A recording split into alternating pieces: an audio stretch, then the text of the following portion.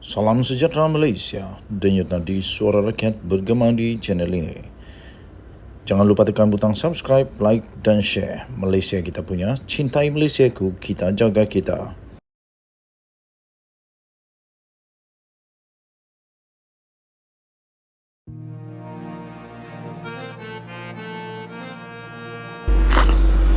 Salam sejahtera Malaysia, denyut nadi suara rakyat bergema di channel ini.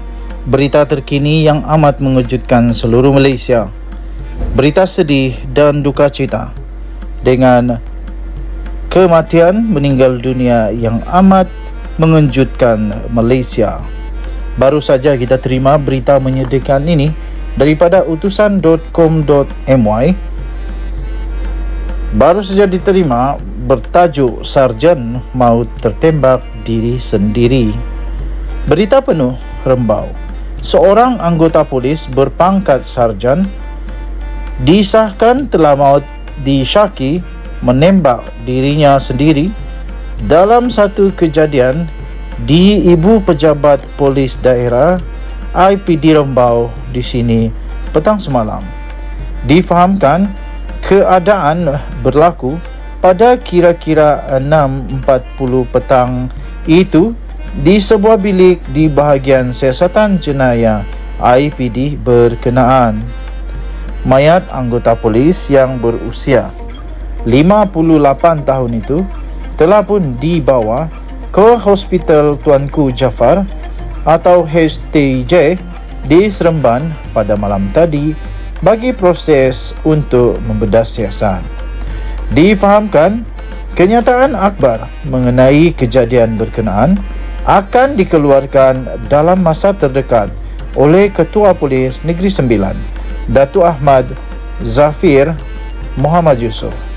Berita ini daripada utusan dan diterbitkan di utusan.com.my bertarikh 2 Julai 2023 dengan tajuk Sarjan Maut Tertembak Diri Sendiri.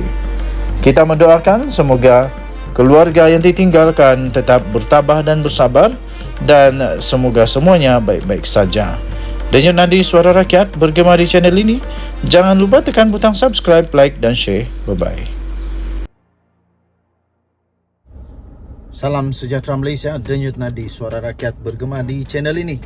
Nampaknya Wan Saiful Wanjan, bekas bos, bekas Setiausaha Agung, untuk bersatu dalam keadaan yang bahaya sekarang ini. Ini telah pun dikemukakan atau diberikan keputusan di mahkamah, iaitu pertuduhan rasuah Wan Saiful adalah teratur dan lengkap, kata pendakwaan. Tuan-tuan dan puan-puan yang dihormati sekalian, Mahkamah Session di sini pada Selasa diberitahu bahawa dua pertuduhan berkaitan dengan rasuah berjumlah 6.9 juta ringgit Malaysia yang membabitkan projek Jana Wibawa yang telah dikemukakan terhadap bekas Ketua Penerangan Parti Pribumi Bersatu Malaysia. Maafkan saya, bukan Setiausaha Agung. Salah ni, Setiausaha Agung Hamzah Zainuddin. Adalah, aku makin tua lah. Bukan.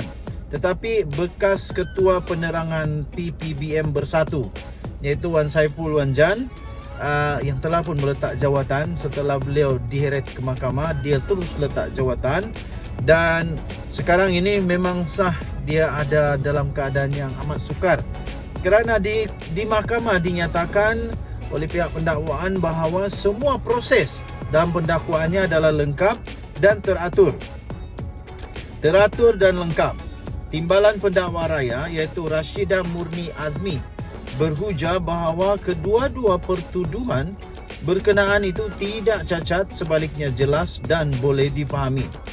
Kata beliau, Seksyen 153 Kanun Tata Cara Jenayah atau KTJ menyatakan tarikh dan masa hendaklah dinyatakan dalam pertuduhan. Dalam pertuduhan pertama, masa telah dinyatakan, iaitu sekitar April 2022, manakala pertuduhan kedua, masa yang dinyatakan adalah pada bulan Julai hingga September. Pihak pembelaan juga telah dibekalkan dengan dokumen serta notis yang mencukupi bagi membolehkan mereka menyediakan pembelaan, katanya. Beliau berkata demikian pada prosiding pendengaran permohonan Wan Saiful untuk mengenepikan dua pertuduhan meminta dan menerima rasuah berjumlah 6.9 juta ringgit Malaysia membabitkan projek Jana Wibawa yang dihadapinya di hadapan Hakim Rozina Ayub. Selain itu, Rashidah Murni berkata, permohonan Wan Saiful adalah tidak berasas dan pramatang kerana saksi-saksi pendakwaan masih belum lagi pun memberi keterangan. Sehubungan itu, pihak kami, katanya, memohon untuk mahkamah menolak permohonan ini memandangkan ia tidak mempunyai alasan yang kukuh dan merupakan penyalahgunaan proses mahkamah, katanya.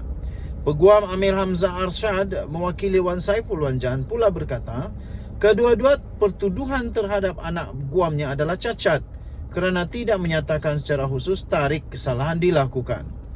Dalam pertuduhan itu hanya menyebut sekitar bulan tertentu tanpa mengemukakan butiran yang lengkap bagi kesalahan yang dipertuduhkan terhadap anak guam saya, katanya.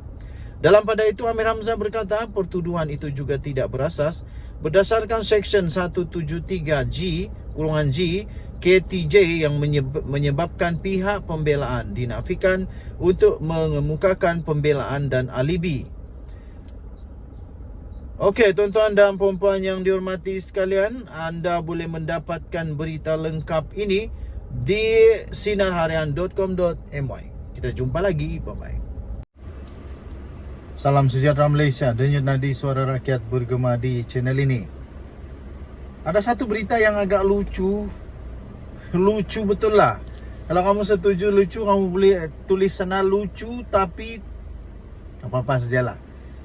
Tiba-tiba saja Wan Saiful, bekas orang kuat Muhyiddin ini, tiba-tiba saja kena jadi Setiausaha Agung DAP ke? Tapi dia berkata sampai mati pun saya tak ingin jadi Setiausaha Agung DAP.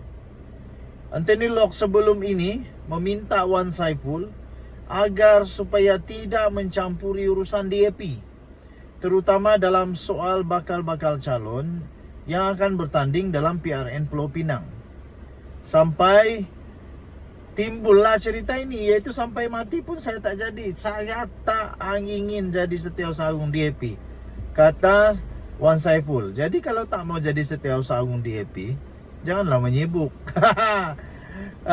Lebih baik Wan Saiful fokus dengan kes mahkamahnya itu sebelum, kalaulah dia kalah nanti dia masuk penjara. Jadi daripada nak sibuk parti orang, bagus dia sibuk dengan hal dia sendiri. Dia pun ada masalah sendiri.